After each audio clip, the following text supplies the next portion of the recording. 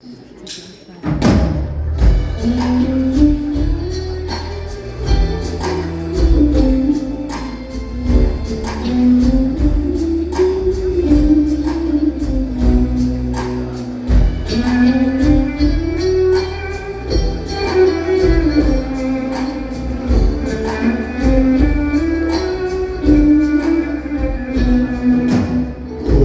gözlerle döndüm rüyamda. Sana sarı laleler aldım çiçek pazarında. Sen olmasan buralara gelemezdim ben. Sevemezdim bu şehri, anlamazdım dilimden. Nasıl bir sevdaysa karşı koyamam. Dayanamam, kıskanırım, seni paylaşamam. Satırlar uçar gider aklımdan. Sana sarı laleler aldım çiçek pazarında.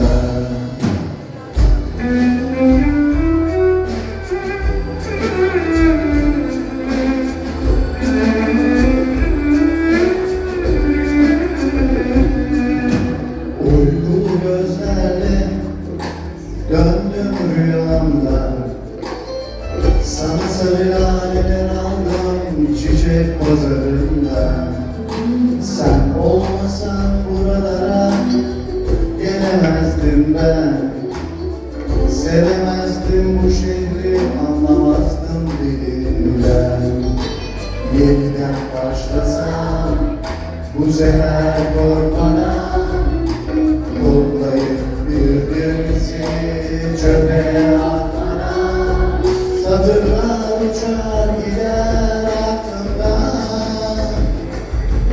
Sana sarı laleler aldım çiçek pazarında.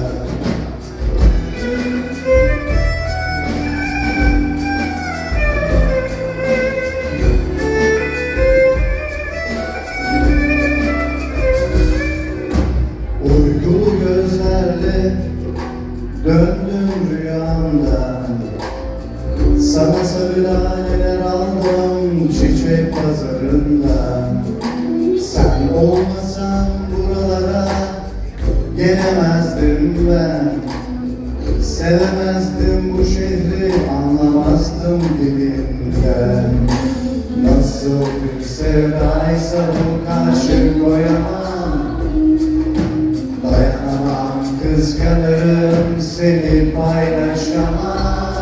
Satırlar uçar gider aklımdan. Sana sarı laleler aldım çiçek pazarında.